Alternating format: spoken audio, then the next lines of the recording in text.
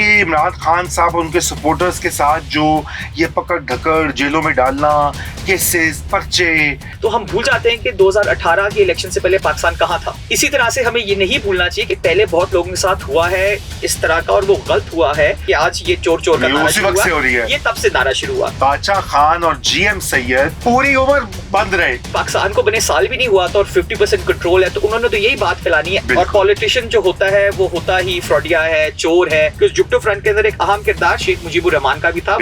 ये नवाज ने कहा जो उसको अटक किले में भेजा 1999 में, मैं तो खुद गवाह उस वक्त मैं गवर्नमेंट में था। अफसोस की बात है कि पाकिस्तान में ये हमेशा से होता आया है, तो वो बर्दाश्त करते थे बिकॉज उनको पता था ये गलत है। कि वो आदमी उसकी बीवी को दिन दहाड़े मार दिया, उसी पे इल्जाम लगाया। पहले बलोच को देखें, वो शुरू से हर गवर्नमेंट में ही जेल में रहे हैं। वो राइचियसनेस के जी मैं आपका नया खलीफा, मेरे साथ नहीं हुआ ठीक और मैं वापस आके वही हरकतें सबके साथ करूंगा। खिलाफत उस्मानिया का सुल्तान भी है, नेशनलिस्ट पार्टी, और इनमें किसी ने पाकिस्तान तोड़ने की कभी बात नहीं। ये कहना कि जी हम हक है, बाकी सारे बातिल है, जिस तरह की बातें ओवरसीज पाकिस्तानी ने की है, गुलामी से बेहतर है कि आप मर जाएं, आप बिल्कुल ऐसी काम ना करें। अस्सलाम वालेकुम नाजरीन, आज का ये प्रोग्राम जो है एक मालूमाती प्रोग्राम है और इसका सच सियासत से डायरेक्टली तो ताल्लुक नहीं है, अगरचे कि हम यहाँ पर ज्यादा करंट अफेयर्स की बात करते हैं, लेकिन हमने आज देखा कि तारीख के झरोकों में झांका जाए और वहाँ देखा जाए कि पाकिस्तान की 75 साला जो पूरी एक दास्तान है,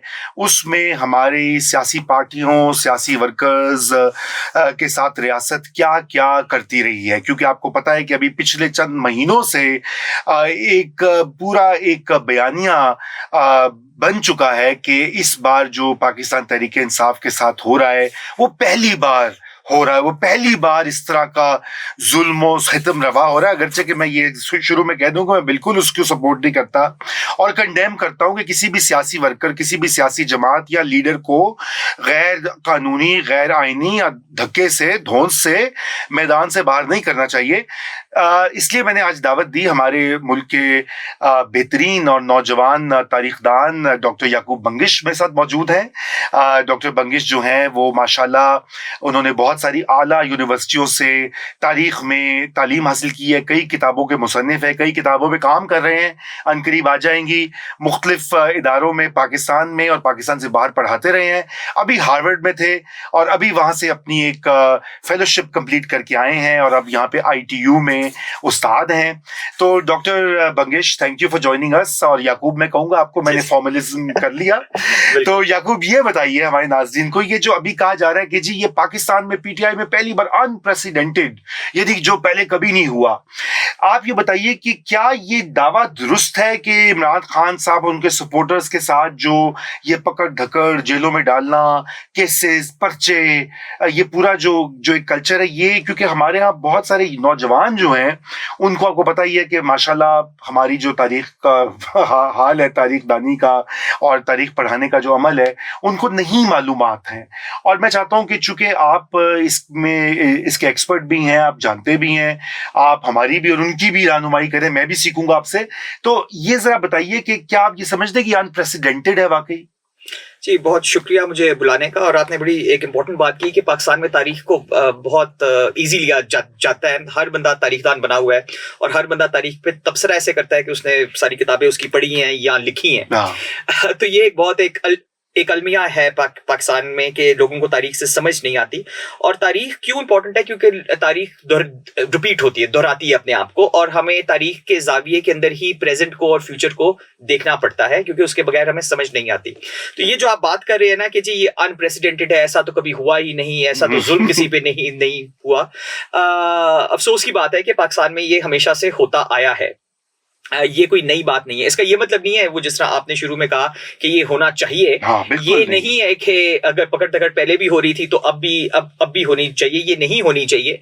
मगर ये कहना कि ये पहले किसी के साथ नहीं हुआ, ये मेरे ख्याल में बहुत गलत बात है, बिकॉज ये अंडरमाइन करता है जो पहले हो चुका है, उसको रिकग्नाइज करना बहुत जरूरी है। वो तारीख में इरेजर है, ये इरेजर नहीं कर सकते हम, बिकॉज हम ये भूल जाते हैं। आप आज की बात करें, मैं अभी आप बयान कर रहे थे कि मैं अमेरिका में था, तो हम भूल जाते हैं कि 2018 के इलेक्शन से पहले पाकिस्तान कहाँ था। बिल्कुल। इसी तरह से हमें ये नहीं भूलना चाहिए कि पहले बहुत लोगों के साथ हुआ है इस तरह का, और वो गलत हुआ है, और वो भी हमें आज याद रखना चाहिए। ये नहीं कहना चाहिए कि जो आज हो रहा है वही गलत है, पहले सब कुछ ठीक हुआ था।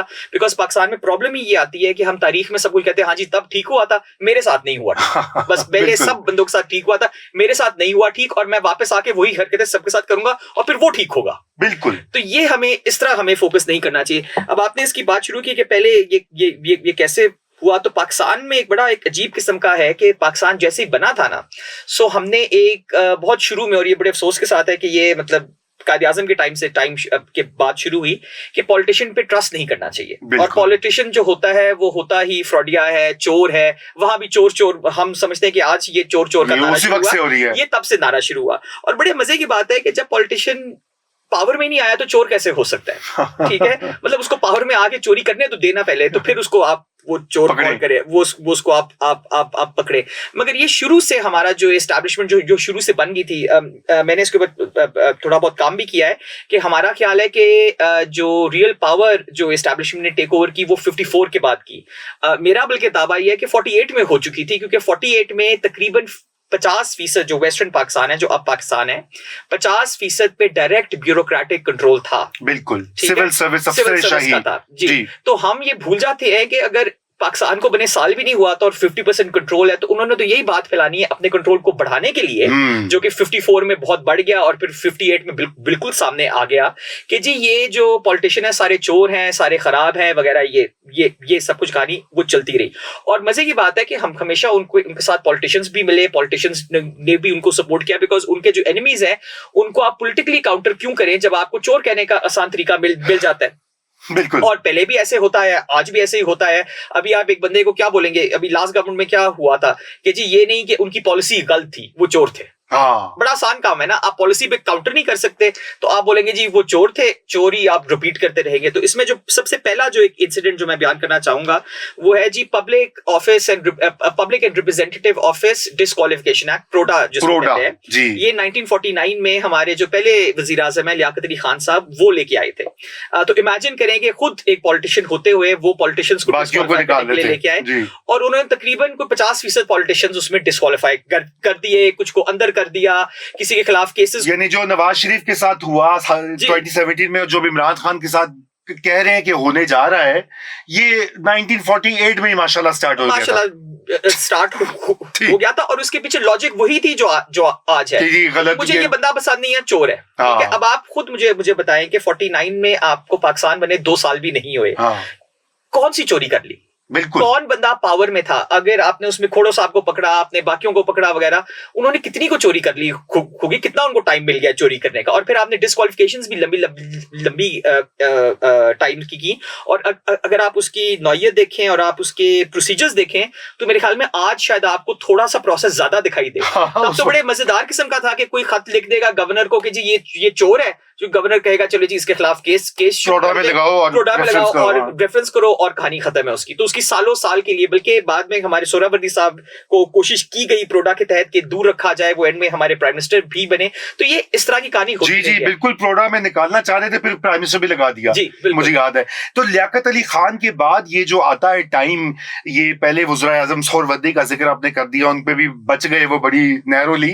तो ये सोहरावर्दी की हम बात कर रहे थे। अच्छा, फिर ये बताइए कि ये जो रावलपिंडी साजिश केस हुआ, लेफ्ट के ऊपर क्रैकडाउन हुआ, डाइसेंट को कुचलने की जो पूरी कोशिश, उसका भी थोड़ा सा हमें दीजिए एक जायजा। जी बिल्कुल। सो प्रोडा जो 1949 में आया, उसके बाद जो एक मेजर एक्ट आया जिसका इस पे इफेक्ट था वो था सिक्योरिटी ऑफ पाकिस्तान एक्ट 1952। और उसमें था कि जी गवर्नमेंट का जब भी दिल करेगा हर एक बंदे को बोल सकती है कि जी आप पाकिस्तान की सिक्योरिटी के खिलाफ है, आप पाकिस्तान के लिए एक खतरा है। ठीक है, और उसके तहत बहुत लोगों को पकड़ा गया, अगेन डिस्क्वालीफाई किया गया, जेलों में डाला गया। फिर उसके बाद एक पूरा एक कंस्पिरेसी ट्रायल, वो हैदराबाद कंस्पिरेसी ट्रायल बनी, उसकी सारी कहानी हुई। उसके अंदर फैज अहमद फैज साहब को भी पकड़ा, बहुत लोगों को पकड़ा, पूरे उसके ट्रायल्स किए वगैरह। वो एंड में उसकी भी कहानी कुछ नहीं हुई। मगर उसके पीछे लॉजिक क्या थी? उसके पीछे लॉजिक ये थी कि आप किसी भी पॉलिटिकल फोर्स को पाकिस्तान में जीतने नहीं देंगे और एग्जिस्ट नहीं करने देंगे। मतलब टॉलरेशन तक नहीं थी कि वो एग्जिस्ट करे। कम्युनिस्ट पार्टी तो वैसे ही बैन थी। उन्होंने कहा जी लेफ्ट की थिंकिंग किसी और शेप एंड फॉर्म के अंदर भी एग्जिस्ट ना करे। और उसको आप कंट्रोल करते गए। इसी चक्कर के अंदर आगे जो सबसे मजेदार बात लगी, और इससे हमें अगेन आज के सिलसिले में थोड़ा सा जरा हम इसको एंजॉय कर सकते हैं, हमारी पार्लियामेंट के अंदर एक बड़ी मजेदार एक पार्टी बनी, रिपब्लिकन पार्टी। जी हाँ, हम ये भूल जाते हैं। रिपब्लिकन पार्टी 50s में बनी, पार्लियामेंट में ही बनी और पार्लियामेंट में ही खत्म हो गई। तो आज हम हैरान होते हैं कि फॉरवर्ड ब्लॉक बन जाता है, आईपीपी बनी है, काफ बनी है, इन्होंने तो फिर भी इलेक्शन को लड़े हैं और आगे शायद इनमें से कोई इलेक्शन लड़े भी। वहां तो बड़ा जबरदस्त था कि वहां बड़े मजे से एक पार्टी बनी, पार्टी खत्म भी हुई, पार्टी के वजीर आजम भी बन गए और उस पार्टी ने कभी इलेक्शन लड़ा ही नहीं। तो हमारी ये एस्टैब्लिशमेंट ने आफ्टर 1954 जो कॉन्स्टिट्यूशनल क्राइसिस था, उससे हमने इतना इसको कंट्रोल कर लिया कि हमें इलेक्शन कराने की जरूरत ही नहीं पड़ी। हम अंदर ही पार्टी बनाते गए और उसी पार्टी को जिताते भी गए वजीर आजम। फिर जब पार्टी की जरूरत नहीं हुई, हमारे जो आप मेंशन कर रहे हैं कि जी हमारी ग्रैंड ऑक्टोबर रेवोल्यूशन, हम तो बड़े जबरदस्त थे, हमने 2 कराई। पहले तो सिकंदर मिर्जा साहब की रेवोल्यूशन उन्होंने कहा कि जी देखिए ये तो रेवोल्यूशन कर लिया। फिर अयूब साहब ने कहा अगर आपने रेवोल्यूशन कर लिया तो चले मैं भी 1-2 दिन बाद कर अयूब से पहले थोड़ा सा जुगतू फ्रंट का भी बता दें, जो वहां पे भी रेजीम चेंज हुई ईस्ट पाकिस्तान जो उस वक्त था, तो उसका भी बताइए ना कि किस तरह से उसको भी, क्योंकि गवर्नमेंट्स को डिसमिस करना भी एक हमारे शुरू से एक जी शौक था। बिल्कुल वो तो आप देखिए पाकिस्तान बनते ही, बल्कि हम इस पे पहले जरा थोड़ी सी बात कर रहे थे कि जैसे ही पाकिस्तान बना, ये भी पाकिस्तान की तारीख में अगेन आज की हम बातें कर रहे हैं कि पार्लियामेंट के अंदर जोड़ तोड़ कैसे होती है। आप ये इमेजिन करें कि जुलाई 1947 के बाद अप्रैल 1948 में जो अभी हम जिसको खैबर पख्तूनख्वा कहते हैं, जो NWFP था, उसकी असेंबली मिली और उसमें जो आपकी मेजॉरिटी पार्टी थी 39 मेंबर्स की, 60 मेंबर की असेंबली में 39 जिसकी प्रॉपर क्लियर मेजॉरिटी थी, जिनमें से याद रहे 19 मुसलमान मेंबर थे, बाकी तो हिंदू सिख थे, 19 मुसलमान थे as compare to Muslim League 17। So Congress के 19 मुसलमान मेंबर थे और मुस्लिम लीग के 17 मुसलमान मेंबर थे। तो हिंदू सिखों को तो आप अलहदा करें, उसके तो मुसलमान मेंबर भी ज्यादा थे। 6-8 महीने के लिए आपने पार्लियामेंट, आपने असेंबली ही नहीं बुलाई और उसके अंदर आपकी मेजॉरिटी बन गई। तो आपको पता है कि कैसे बनी होगी। ये हॉर्स ट्रेडिंग जो हम लफ्ज इस्तेमाल करते हैं, ये तब इजाद हुआ था। और मेरे तो खुद एक रिश्तेदार है जो बड़े खुश थे कि उनको पैसे मिले और मतलब वो उन्होंने अपनी कहानी तब्दील की। तो मेरे अबू उनकी पूरी कहानी बताते हैं। तो हमने तो ये 47 में शुरू कर दिया, फिर सिंध में हमने गवर्नमेंट रिमूव की, पंजाब में रिमूव की, फिर इस तरह करते गए और हमारा ख्याल था कि जी हमारे सिर्फ जाने वाली ही हुकूमत बनेगी। फिर जो जुगता फ्रंट की जो आपने बात की वो 1954, ये तो हम 47-48 की कहानी कर रहे हैं। तो तब तक हमें आदत पड़ गई थी कि सिर्फ जो एस्टैब्लिशमेंट को प्रैक्टिस हो चुकी थी, प्रैक्टिस हो गई थी। तो वो हैरानगी से इन्होंने इलेक्शन कराया, पता चला जी मुस्लिम लीग तो बहुत मतलब 300 में से उसको 10 सीटें बड़ी बहुत राउट हो गई थी, राउट हो गई, खत्म हो गई। तो उसकी जगह जो ये जुगतो फ्रंट आए, और ये भी हमें नहीं भूलना चाहिए कि उस जुगतो फ्रंट के अंदर एक अहम किरदार शेख मुजीबुर रहमान का भी था। वो उसके अंदर एक जूनियर एक मिनिस्टर भी बने थे और उनका जो हम बाद में बात करते हैं 6 पॉइंट, वो यहाँ 21 पॉइंट्स में वो जम हुआ था। तो उस जो बंगाल की जो ईस्ट पाकिस्तान की जो ऑटोनॉमी की डिमांड थी वो 1954 में ही आई, पर चूंकि जब वो पावर में आए हमसे बर्दाश्त नहीं हुआ। हमने ना सिर्फ वहां वेस्ट पाकिस्तान, मगरिबी पाकिस्तान और आप जैसी एस्टैब्लिशमेंट हम सब जैसी और वहां जो सबसे मजे की बात है कि ना सिर्फ हमारा वहां का वजीर आला हमसे बर्दाश्त नहीं हुआ, गवर्नर भी नहीं हुआ। एक मौका था कि गवर्नर बदल रहे थे, वजीर आला बदल रहे थे।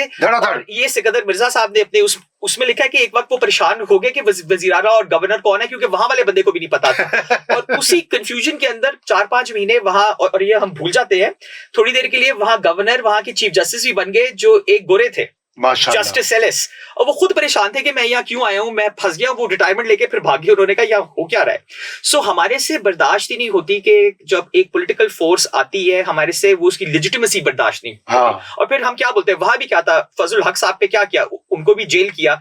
ये वो है शेर बगाल जिनको कहते हैं, जिन्होंने लाहौर रेजोल्यूशन, बिल्कुल हीरो, और उनको कहते हैं जी चोर है।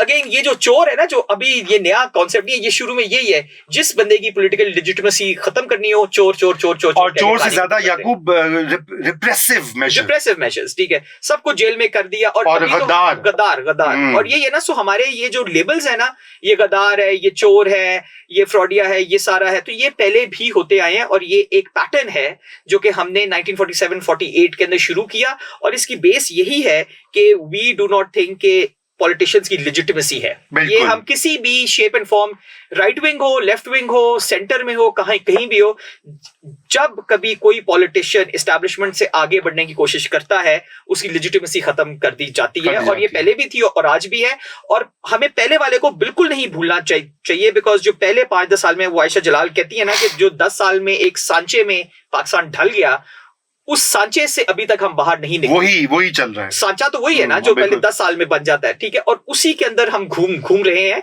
तो ये सिर्फ आज की बात नहीं है कि आज कोई रिप्रेशन हो रही है, ये हमेशा से, और इसको काउंटर हम सिर्फ तब कर सकते हैं जब रिकग्निशन हो कि ये शुरू से हो रहा है, उसकी अंडरस्टैंडिंग हो, इदराक हो, और कोई एक कंसेंसस बने सोसाइटी में। अच्छा, ये अयूब की हम बात कर रहे थे कि अयूब का जो इरा था, एक तरफ तो जाहिर बात है उन्होंने तो आगे अपनी मनमानी की, नया आइन बना दिया, बाद में खुद वो बेसिक डेमोक्रेट्स ले आए वगैरह वगैरह, लेकिन जो उन्होंने किया, जिस तरह पेपर्स को बंद किया, अखबारात को, वो जो थे रोज, पाकिस्तान टाइम्स, उनको टेक ओवर कर लिया और लोगों को जेलों में डाला, वो थोड़ा सा उसके बारे में बताएं, बिकॉज वो बड़ा एक रिप्रेसिव इरा था। जी बिल्कुल।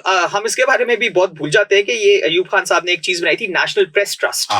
और नेशनल प्रेस ट्रस्ट ने, जो पाकिस्तान का सबसे बड़ा न्यूज़पेपर था, पाकिस्तान टाइम्स और इमरोज, उसको टेक ओवर कर लिया, और उसके बाद कहानी उनकी खत्म होगी प्रैक्टिकली। डमी तो खैर आज भी मेरे ख्याल में शायद एग्जिस्ट करती है कहीं ना कहीं, मगर ये है कि वो, आज हम बात करते हैं कि जी न्यूज़पेपर्स को या चैनल्स को चुप कराया जाता है, पहले तो बड़ा क्लियर था, टेक ओवर कर लेते थे। अब तो पहले तो चुप भी नहीं कराते थे, आपने प्रोग्रेसिव पब्लिशर्स ही प्रैक्टिकली खत्म कर दिया, आपने उसको दिन की जो थी, तो आपने टेक ओवर कर लिया। तो तब तो इतना कंट्रोल्ड मीडिया था, बल्कि नॉन एग्जिस्टेंट था। फिर आपको अगेन जो पॉलिटिशियंस नहीं पसंद थे, डिफरेंट लॉज थे, 1965 की वॉर के बाद तो और लॉज आ गए, एनिमी एक्ट आ गया, ये वगैरह, 3-4 एक्ट्स आ गए। तो जिसको अयूब खान साहब नापसंद करते थे, उनको जेल कर देते थे। और वहां भी क्या कहानी थी कि पॉलिटिशियन लेजिटिमेट नहीं होता।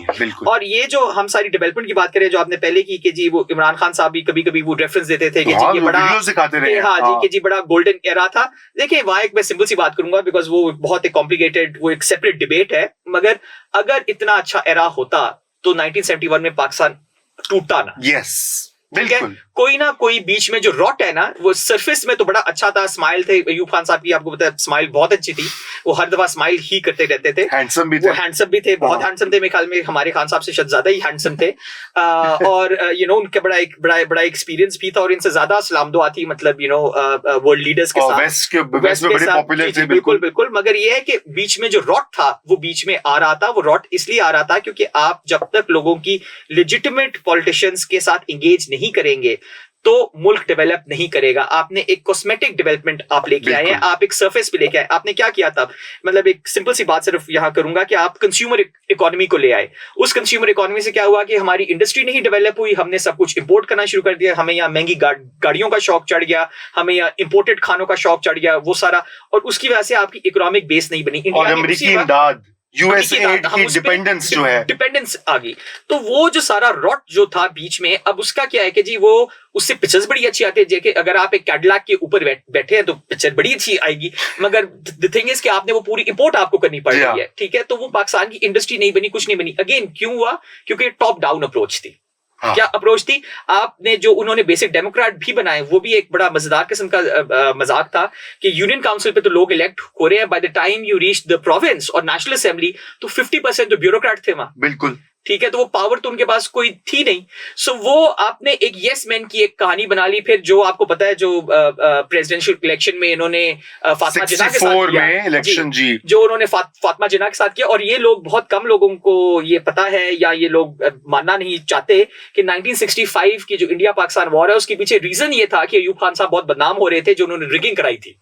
सो रिगिंग भी कभी कभी समझते हैं कि कुछ नहीं, मतलब वहां तो मादरे मिल्लत के खिलाफ जो कुछ हुआ था, और जो न्यूज़पेपर एड्स उनके खिलाफ निकले थे कि वो इंडियन एजेंट हैं और वो ये है और वो सारा। अच्छी बात ये हुई है, मैं आपको बताऊं कि फातिमा जिन्ना के बारे में मैंने जो अभी खुद ऑब्जर्व किया, पता नहीं याकूब आपने देखा कि नहीं देखा, कि पहले जो कुछ पीएमएलएन के साथ हुआ तो पीएमएलएन वालों ने फातिमा जिन्ना का केस स्टडी जो है ना वो प्रोजेक्ट किया। उन्होंने कहा कि नवाज शरीफ के साथ भी यही हो रहा है, रिगिंग हो रही है और जुल्म हो रहा है। अच्छा, अब जो पीटीआई वाले हैं वो भी फातिमा जिन्ना का मेटाफर यूज करें, तो एक अच्छी, आई नो बड़ी परवर्स बात है, एक अच्छी चीज इससे निकली है कि फातिमा जिन्ना की याद ताजा हो गई है, और कम से कम अब लोगों को ये पता लग गया कि जो एक हम लिप सर्विस बचपन में करते थे स्कूल में ना, कि वो मादरे मिल्लत थी, कायदे आजम की साथी थी, शाना बशाना थी, अब लोगों को हकीकी चीजें पता लग रही हैं कि किस तरह इस मुल्क की फाउंडिंग जो मदर है उसको ही रिप्रेशन करके, उसको ही रिगिंग करके, उसको ट्रेटर डिक्लेयर करके निकाला गया मैदान से। तो ये बात मैं समझता हूं कि एक सिल्वर लाइनिंग थोड़ी सी हुई है। और मेरे ख्याल में देखिए, अब वही जो आप जहां से हमने बात शुरू की थी कि जब तक हम रिकॉग्नाइज नहीं करेंगे कि फातिमा जिन्ना के साथ भी वही कुछ हुआ जो उनसे पहले पॉलिटिशियन के साथ हुआ और बाद में हुआ, why did the establishment get away with this? Because वो यही था कि तभी लोगों ने कहा नहीं, इनके साथ सिर्फ ऐसे हुआ है। भाई वहां भी पहले ऐसे हुआ था, वहां भी 10-15 साल पहले ऐसे हुआ था, और 5-6 साल बाद भी वैसे ही हुआ। सो हम वो ये ना, हम साइलोज में रहते हैं कि बस मेरे साथ हुआ है, बस मेरे साथ हुआ है। और शेख मुजीबुर रहमान जो कि मुहिबुल वतन, उनकी एक तकरीर है हमारे नया दौर चैनल के ऊपर। नाज़रीन अगर आप यूट्यूब पे सर्च करें तो उनकी तकरीर है एक, और आपको वो मिल जाएगी इंटरनेट के ऊपर, इलेक्शंस के वक्त 1970 के, जहां पे वो कह रहे हैं पाकिस्तान जिंदाबाद। बिल्कुल। He concludes his Bangla speech after this word, और वो बिल्कुल अपनी वो कह रहे हैं कि भाई मुझे एक फर्क किस्म का पाकिस्तान चाहिए, एक ऑल्टरनेटिव विजन होता है।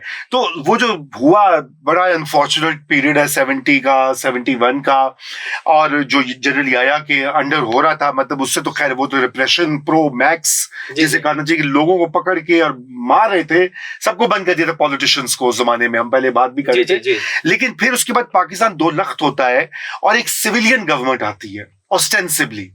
याकूब जो कि अब जारी बात है कि Yahya Ayub time is over, Sikandar Mirza is over, अब एक सिविलियन गवर्नमेंट आती है। उसका बताइए कि वहां पे क्या हो रहा था। जी, थोड़ा सा मैं शेख मुजीब का भी कहती हूँ, बिकॉज आई थिंक ये बहुत इंपॉर्टेंट है और पाकिस्तान में ये मिसकंसेप्शन बहुत ज्यादा है कि शेख मुजीबुर रहमान ने जितनी मेजॉरिटी जीती थी वो मतलब तब अनप्रेसिडेंटेड थी, किसी ने इतनी परसेंटेज नहीं जीती थी। 53% सीट्स नेशनल असेंबली में उनकी थी, और उन्होंने जब तक मिलिट्री क्रैकडाउन नहीं शुरू हुआ, बांग्लादेश की ईस्ट पाकिस्तान की सेपरेशन की बात नहीं की थी। जिस दिन हमने शुरू किया military crackdown against and then arrested the Prime Minister to be of Pakistan. देखिए, हमने अरेस्ट किया उसको किस बेसिस के ऊपर कि जी आप वजीर आजम बनना चाह रहे हैं, जी ठीक है 53% उनकी सीट्स हैं तो बनेंगे ना, वही वजीर आजम बनेंगे। तो आप उसके बाद फिर बांग्लादेश में एक क्लियर सेपरेटिस्ट मूवमेंट शुरू हुई, बिकॉज उससे पहले तक क्या था कि पार्लियामेंट बुलाई जाए, पार्लियामेंट बुलाई जाए, इसके अलावा कोई डिमांड, ट्रांसफर ऑफ पावर था, पार्लियामेंट बुलाई जाए, आपने इलेक्शन कराए हैं। अच्छा, बड़े मजे की बात है, तब धांधली भी कोई नहीं क्लेम कर रहा था। सब मिलिट्री जुंटा ने माना कि ये फ्री एंड फेयर इलेक्शन हुए हैं, मगर वो कहते नहीं बस हमने पावर नहीं ट्रांसफर करनी। सो ये एक बहुत इंपॉर्टेंट है कि till the last moment, till the military operation began against east Pakistan, जब हमने अपने लोगों को मानना शुरू किया, उन्होंने कभी नहीं कहा था कि मैं एक सेपरेट मुल्क चाहता हूं। वो पाकिस्तान के वजीर आजम बनना चाहते थे, वो सिर्फ एक छोटे से ईस्ट पाकिस्तान के नहीं। ऑल्सो ये लॉजिकल बात है कि जब उनको पूरा पाकिस्तान के इलेक्शन वो जीत गए थे, तो वो एक हिस्से के वजीर आजम क्यों बनना चाहते, जब वो पूरे के बन सकते। लेकिन हमें कोट अनकोट मंजूर नहीं था। जी एग्जैक्टली। अब इसी को आगे लेके जाएंगे, जब भुट्टो साहब आए तो अगेन भुट्टो साहब ने भी बढ़िया प्लेबुक से पुरानी सीखा। शुरू में तो वो काफी बेहतर थे, मगर फिर ऐसा उन्होंने फेडरल सिक्योरिटी फोर्स बनाई, अपने ही लोगों को, जे रहीम साहब को मार पिटाई उनकी की वगैरह, मुबशर हसन साहब को निकाल दिया। बहुत लोगों ने, बल्कि वो डॉक्टर मुबशर हसन तो बताते हैं कि अगर वो ना होते तो शायद जे रहीम साहब को मार ही दिया होता।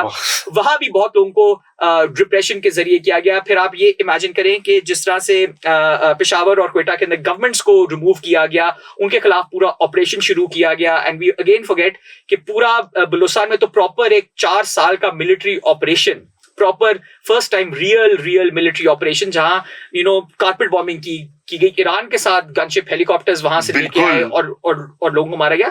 तो डिप्रेशन की तो हाइट्स ही कुछ और थी वहां। और मेरे ख्याल से मजीद निजामी जो थे नवाए वक्त के पब्लिशर और फाउंडर के बेटे थे, तो वो तो मेरे ख्याल से बहुत अरसा जेल रहे। जी उस 70s में नवाए वक्त सबसे एक दूसरा बड़ा अखबार था, बड़ा इन्फ्लुएंशियल था, उनको तो पक्का बंद रखा। ठीक है ना, जो हमने देखा थोड़ा सा सैंपल मीर शकील उर रहमान के साथ जैसे हुआ, बहुत लोगों को रखा। हाउस अरेस्ट तो कॉमन था ना, वो हाउस अरेस्ट तो क्या बताएं हमारे नौजवानों को कि बादशाह खान और जीएम सैयद पूरी उम्र बंद रहे।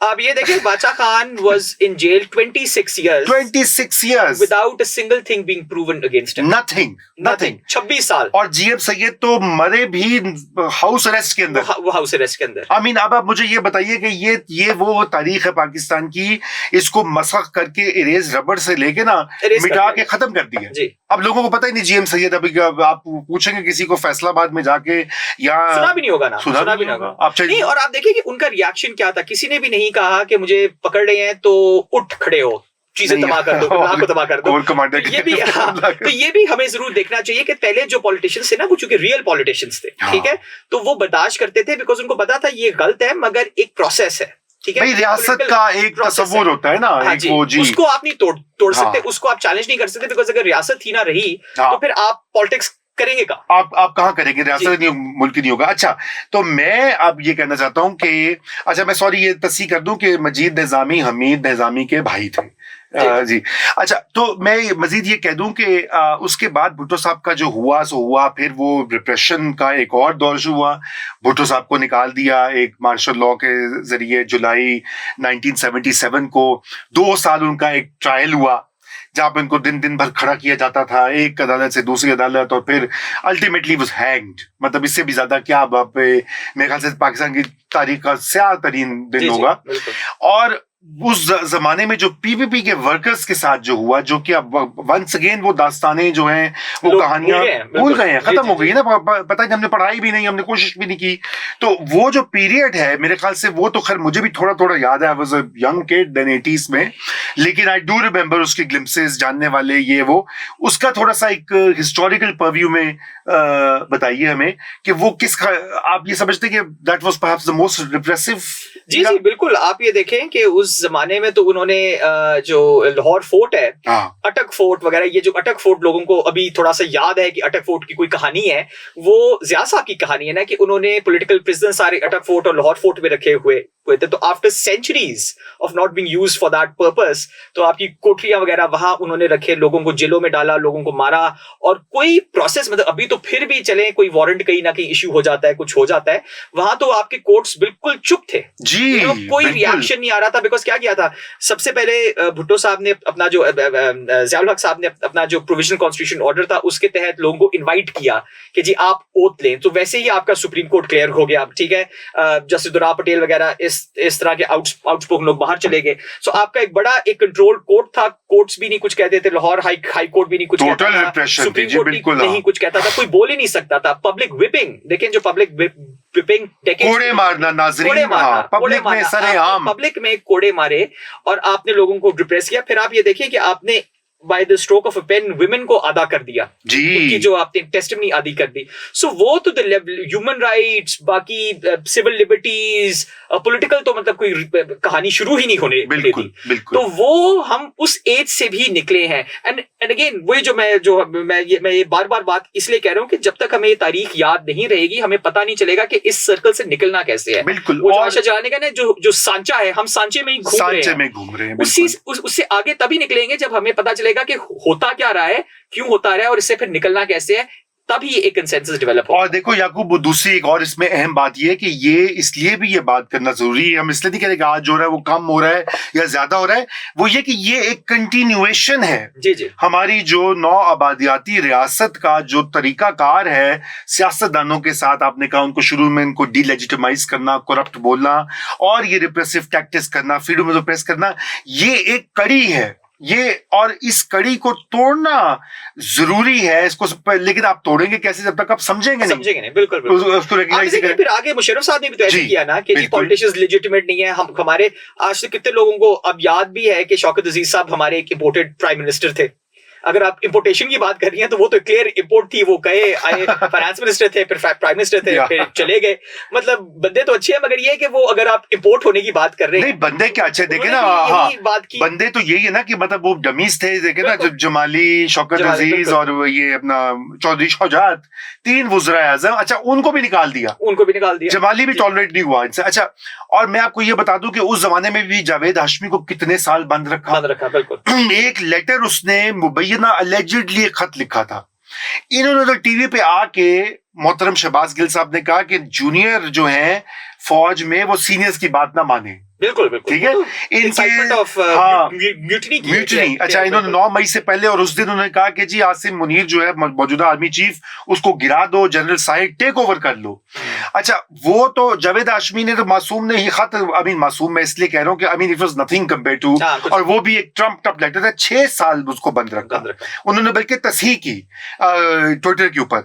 अच्छा, उसके अलावा आप देखें नवाज शरीफ को भी जिस तरह एग्जाइल किया और ये कहा कि जी मैं दोनों को नहीं आने दूंगा, बेनजीर को तोड़ी कैसे, पीएमएलएन के तोड़ी कैसे तोड़ी, कितने लोग वहां जेल में थे, मतलब ये जो सारे जो आज और पीएमएलएन के कैबिनेट मेंबर्स हैं सारे ही जेल में थे, सारे जेल में थे। और जरदारी वो जो पंचिंग बैग है 1999 से 2006 तक if I am not mistaken वो जेल में रहे 7 साल। नाजरीन और नौजवानों, 7 साल वो उन्होंने ये नहीं कहा कि जाके तो सिंध के कराची के कोर कमांडर और रेंजर्स के डीजी रेंजर्स के घर को आग लगा दो चूंकि वो वहां पे है, नहीं कहा।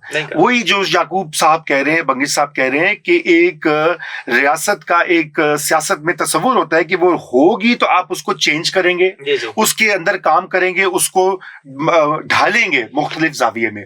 तो याकूब ये वाली जो मुशर्रफ के अलावा, और ये मुझे थोड़ा सा बता दे कि जरदारी ने हालांकि ये कहा कि जब बेनजीर भुट्टो साहिबा को शहीद किया गया मुशर्रफ के टेन्योर के बिल्कुल आखिर में, तो जरदारी ने क्या कहा कि पाकिस्तान खपे। ठीक है, अब लोग कहेंगे कि मैं अपोलोजिस्ट हो रहा हूँ, पहले मुझे कहते हैं जाला, कभी कहते हैं पटवारी, कभी कहते हैं मैं फॉरेन फंडेड हूँ, कभी कहते हैं मैं हेटर हूँ, ये हूँ, मेरे खिलाफ ये करते हैं।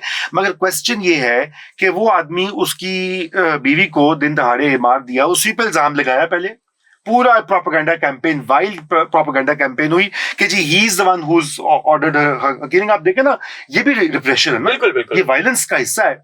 और उसके बाद आप कहें कि वो कह रहा है पाकिस्तान खपे, और फिर आप देखें कि यूसुफ रजा गिलानी नई गवर्नमेंट आती है इलेक्ट होके, और उसने फ्लोर ऑफ द हाउस पे ये पूछ लिया कि state with in the state काम कर रही है, और उसने कहा कि जी हमारे टैक्सों से आपकी तनख्वाह जाती है और आपकी जवाबदेही, आपकी अकाउंटेबिलिटी हम करेंगे। उसका खमियाजा क्या भुगता कि उसका बेटा जो है गायब हो गया, ठीक है, पता नहीं कहाँ इधर उधर पहुंचा, और उसको फिर कोर्ट्स ने निकाल दिया।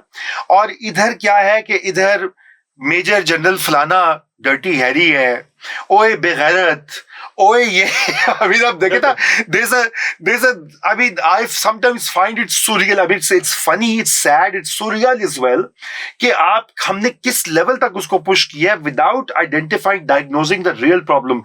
The real problem is not this general or that major general, it's the state, the way it is organized, right? बिल्कुल। तो मुझे थोड़ा सा ये बताइए कि अब चूंकि हम आज के जमाने में आ जाते हैं कि ये जो खत लिखे जा रहे हैं अब कांग्रेसमैन को, अभी आप पहले भी मुझसे जिक्र कर रहे थे, आपको भी लोग मैसेज कर रहे हैं, अब वो कह रहे हैं पाकिस्तान पे सैंक्शंस लगाओ, पाकिस्तान की एड बंद कर दो, आईएमएफ के जो है वो पैसे क्यों वो किए। मुझे आप थोड़ा सा ये बताइए कि ये चीज तो जरदारी ने भी नहीं की, बेनजीर भुट्टो को मार दिया, ये चीज बेनजीर ने नहीं की जब बेचारी के बाप को कत्ल कर दिया और सॉलिटरी कन्फाइनमेंट में रख के एग्जाइल में भेज दिया, ये नवाज ने नहीं कहा जो उसको अटक किले में भेजा 1999 में। मैं तो खुद गवाह उस वक्त मैं गवर्नमेंट में था, I saw the trucks that were moving him because I was posted in मरी। और उसके बाद ये उन्होंने भी नहीं कहा कि वो ये कहते थे जी आप ईसानी को की बात करें, ऐसा दबाव डालें, मुशर्रफ को समझाओ, ये करो, सऊदी से कहते थे हमारी को ठीक करा दो। अब जिस हम स्टेज पे आ गए हैं, what do you think where this will head? I mean, do you foresee, as a student and a professor of history both, कि ये जो जिस लेवल के ऊपर ये collision आ रही है between the PTIs, diasporic और within Pakistan जो versus the Pakistani establishment, especially the military and intelligence agencies, क्या this is going to create a change, a dent? ये तो बड़ा आपने टफ सवाल कर दिया, बट इससे पहले मैं एक चीज सिर्फ हाईलाइट कर, मैं सवाल याद रखूंगा। बिल्कुल नहीं, एक चीज मैं हाईलाइट करना चाहूंगा क्योंकि हमने ना मेजर पॉलिटिकल पार्टीज की बात की, एक चीज जो हमने नहीं की, तो इसलिए मैं सिर्फ हाईलाइट कर दूं कि जो रीजनल पॉलिटिकल पार्टीज के साथ हुआ है वो तो रिप्रेशन पहले दिन से और आज तक भी है।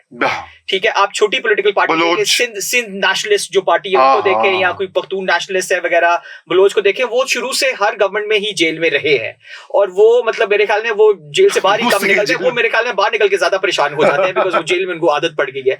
सो आई थिंक ये जो स्मॉलर नेशनलिस्ट पार्टी, और इनमें किसी ने पाकिस्तान तोड़ने की कभी बात नहीं की, मगर फिर भी ये जेल में रहे हैं। हाँ, अभी भी ये अभी भी है। तो ये हम भूले ना कि ये नेशनल पार्टी के साथ तो हो भी रहा है, मगर रीजनल के साथ तो कंसिस्टेंटली शुरू से ही ये हो रहा है। आज भी पाकिस्तान में महाजिर बच्चे, बलोच बच्चे, पश्तून गायब हैं।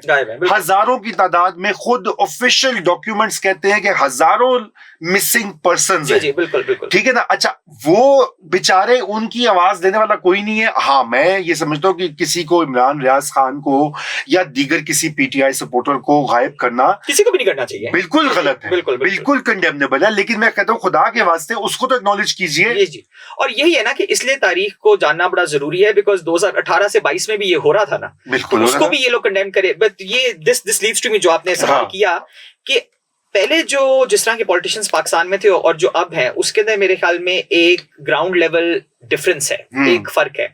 और जो मेजर एक फर्क है, वो दो बातें मैं यहाँ करूंगा। पहली बात यह है कि एक मसाया का सिंड्रोम जो है ना, वो पाकिस्तान में बहुत स्ट्रांगली आया हुआ है, राइट, कि जी ये सेवियर है। अगरचे ये पहले भी थोड़ा बहुत था, मगर अब ये है कि सोशल मीडिया की वजह से वो एनहांस हुआ है, क्योंकि आप एक ही बंदे की, आपके देखें जो एल्गोरिदम जो यूट्यूब फेसबुक पे है, वो ये है कि अगर आपने एक इमरान की वीडियो देखी तो सारी आपको लिंक्स इमरान की वीडियोस के आ रहे हैं, तो आप रोज मिस नहीं कर सकते। मैं आपको बताऊं कि मैं कोई भी यूट्यूब पे वीलॉग सुनता हूं ना, वो खत्म होता तो साथ में इमरान खान की तकरीर हो जाती है, मेरे हमवतनों। और ये देखिए, ये मैं अभी एक पेपर पे काम कर रहा था, तो उसके अंदर मुझे रियलाइजेशन हुई, क्योंकि मैंने न्यूज़पेपर्स को देख रहा था कि पहले जमाने में क्या होता था, बहुत ज्यादा पहले, मतलब टीवी से भी पहले, कि न्यूज़पेपर्स थे। अब न्यूज़पेपर में आपको अपने मनपसंद खबर भी है, मगर वो बाकी भी तो न्यूज़पेपर है ना, वो आपको फाड़ के एक खबर तो नहीं घर आती, right. In the same way जब खबरनामा था, तो खबरनामा पूरा आधे घंटे का, आपको सारी खबर, मतलब वो अगर आपकी मनपसंद खबर बीच में 3 मिनट की है ना, तो वो बाकी भी आपको सुनना पड़ता था, क्योंकि आपको नहीं पता था कि वो कहाँ आ रही है। अब क्या है कि आप वो बाकी सब कुछ नॉइज है, वो आप रिमूव कर दें और अपने मनपसंद खबर सिर्फ देखें और उसको पढ़ें। इससे इनहांस हो जाता है जो मिसाया का सिंड्रोम है कि जी यही एक सेवियर है, इसके अलावा तो मुल्क तबाह है। इसलिए तो वो इमरान खान साहब ने कहा था ना कि इससे बेहतर है मुल्क पे बम फेंक देते, बिकॉज वो ये है कि भाई मेरे एटम बॉम्ब फेंक देते, क्योंकि मेरे अलावा उनके ख्याल में जी कोई है ही नहीं पाकिस्तान में, और उनके जो सपोर्टर है उनके भी ख्याल में बस यही है। तो ये एक जो है ना, ये सोशल मीडिया और ये एल्गोरिथम्स की वजह से ये एक फोकस चीज आ गई है। दूसरी चीज जो आई है, जो कि बहुत डेंजरस है, और इससे मुझे लगता नहीं कि किस तरह से कोई सोल्यूशन निकलेगा, कि एक आइडिया ऑफ राइचियसनेस आ गया कि हम सही हैं, मतलब हम हक हैं, ये बातें ठीक है। और पॉलिटिशियंस पहले भी ना ये बात करते थे, मगर थोड़ा बहुत करते थे, वो इतना नहीं करते थे। अब ये है कि वो ट्रू बिलीफ है कि जी we are the chosen ones, we are the real people, ठीक है। और ये सिर्फ इमरान खान की बात नहीं है, आप इस्लामिक टच प्रो मैक्स, वो इस्लामिक टच नहीं, बट ये हर जगह ये इसी तरह से जो मोदी है वो इंडिया में ट्रंप वाले ये करते हैं, बिकॉज आप अगर सेंस ऑफ डाल दे, एर्दोगान अपने आप को खलीफा कहता है भाई, खलीफा। आप ये देखें, बल्कि that's a very good example जो आपने की। मैं अभी कुछ महीने पहले टर्की में था, टर्की में 84% इन्फ्लेशन रेट था। एर्दोगान ने टर्की तबाह कर दिया है, ठीक है, मगर वो राइचियसनेस के जी मैं आपका नया खलीफा हूँ, तो इसलिए जी लोग उसको वोट देने और वोट देके फिर आगे। खिलाफत उस्मानिया का सुल्तान भी है। एक वीडियो में उन्होंने अपने आप को हजरत अबू बकर सदीक रज़ी अल्लाह तआला अन्हु से तशबीह दी, उन्होंने कहा मैं सदीक का अवतार हूँ, बिल्कुल, मैं I saw that my self. अच्छा, वो ये है कि सेल्फ राइचियसनेस जो है ना, ये कहना कि जी हम हक है, बाकी सारे बातें हैं, ये भी बहुत देर तक सीप इन कर चुका हुआ है। एंड आई थिंक ये भी एक, but is it going to change? मुझे लगता नहीं है, ये मेरे ख्याल में बड़ी मुश्किल बात है। और इस तरह जो हम पहले भी कह रहे थे कि डायस्पोरा का इसमें बहुत बड़ा ताल्लुक है। जिस तरह इंडिया में मोदी की इनिशियल सपोर्ट डायस्पोरा से आई, पैसे वहां से आए, यहाँ इमरान खान का भी वही कनेक्शन है, टर्की में भी ऐसा ही कनेक्शन है, ये हर जगह ऐसा ही कनेक्शन है। और वो चूंकि मसाया सिंड्रोम में बिलीव करते हैं, वो इसको सपोर्ट करेंगे। तो इसीलिए जब आप देखें ना, आपका अगर मेंटल थिंकिंग है, पॉलिटिशियन क्या है, the main task of a politician is कि आपने अच्छा काम करना है, मगर कॉम्प्रोमाइज भी करना है। कॉम्प्रोमाइज पॉलिटिशियन की डीएनए में होना चाहिए दुनिया में, जब शुरू से पॉलिटिक्स है, बिकॉज आपकी अगर एक असेंबली 400 मेंबर्स की है, तो आपको कॉम्प्रोमाइज करना पड़ेगा, सही। मगर अगर आप समझते हैं कि आप हक पे हैं और आपके खिलाफ हर बंदा चोर है, मतलब शैतान है, तो फिर आप उससे कुछ डिस्कस ही नहीं कर सकते, आप उससे कॉम्प्रोमाइज ही नहीं कर सकते, because the person has no legitimacy to exist. और आप तारीख को करें ना कि अगर आपने कहा कि ये चोर चोर चोर है, तो चोर से तो बात ही नहीं कर सकते, हम ही सिर्फ ठीक है, तो उनसे आप बात करेंगे कैसे? तो मेरे ख्याल में आज जिस घड़ी में हम खड़े हैं, हमने इतनी डिवीजन अब सोसाइटी में आ गई है कि उसको ठीक करना मेरे ख्याल में बहुत प्रॉब्लमेटिक होगा। उसके लिए बहुत एजुकेट करना पड़ेगा। वो एजुकेट कैसे करेंगे वो एक बड़ी अजीब किस्म की बात है, बिकॉज कंस्पिरेसी थ्योरीज बहुत आ गई हैं। आज आगाज हो गया ना, ठीक है, आज हम थोड़ी सी कोशिश करें, मगर यही है ना कि हमने इतनी कंस्पिरेसी थ्योरीज में बिलीव कर लिया। मतलब आज भी देखें, कोई सेन बंदा, इमरान खान साहब ने ये जो साइफर वाली कहानी थी, इतने उस पे यू टर्न किए हैं कि मतलब बंदा परेशान हो गया। मेरा तो खुद दिमाग घूम गया। I wanted to write something, मैंने कहा मैं कहां से स्टार्ट करूं, because there are 10 versions। अब वो इतने वर्जन्स किए, मगर वो सपोर्टर, वो मेरे एक बड़े पढ़े लिखे सपोर्टर से बात हो रही थी, उन्होंने कहा जी वो जोक, और ये बात उन्होंने की, उन्होंने कहा वो जो कहें ठीक कह रहे हैं। हाँ जी, बिल्कुल। अब वो अगर आप इस So how can you answer that? How can you engage with that? कि जो कहें ठीक करें, चाहे वो कॉन्ट्रडिक्ट करे। वो कहते हैं अच्छा, मजे की बात है, सपोर्टर मानता है कि वो कॉन्ट्रडिक्ट कर रहे हैं, वो यू टर्न कर रहे हैं, मगर फिर भी कहते हैं ठीक कर रहे हैं। बिल्कुल। So अगर आप पहले देखें ना, पहले कोई अपनी गलती माने ना, यहाँ मानने के बावजूद कह रहे हैं फिर भी ठीक ही है। बिल्कुल। So वो उससे आप इंगेज कैसे करेंगे? तो ये एक बड़ा इंपॉर्टेंट है। बट आई थिंक जो लास्ट पॉइंट जो मैं यहाँ करना चाहूंगा कि द मेन थिंग जो कि बार बार शायद थोड़ी सी कुछ चेंज लेके आए, शायद ये बड़ा मुश्किल काम है, वो ये कि to go back to the drawing board, so to speak, and say कि जी सबसे जो मेन हमारा कंसर्न होना चाहिए, वो होना चाहिए पाकिस्तान, उसकी सालमियत, उसकी बका।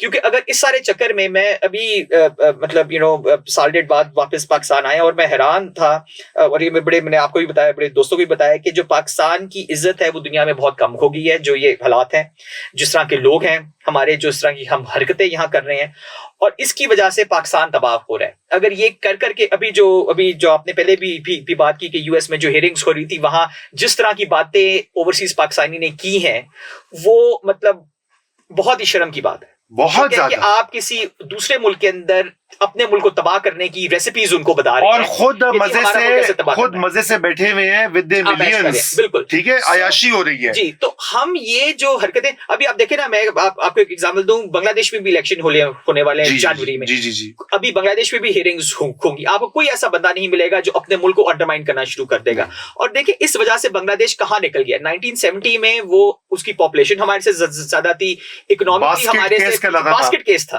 ठीक है, वो हमारे से इतना आगे निकल गया। इंडिया की तो आप बात ही छोड़ देना, मतलब इंडिया तो निकल गया आगे। हमारा आजकल कंपैरिजन क्या हो रहा है, मैं अमेरिका में था तो बड़े लोगों को कहता है यार ये एफपैक कनेक्शन ना बंद करे हमें अफगानिस्तान के।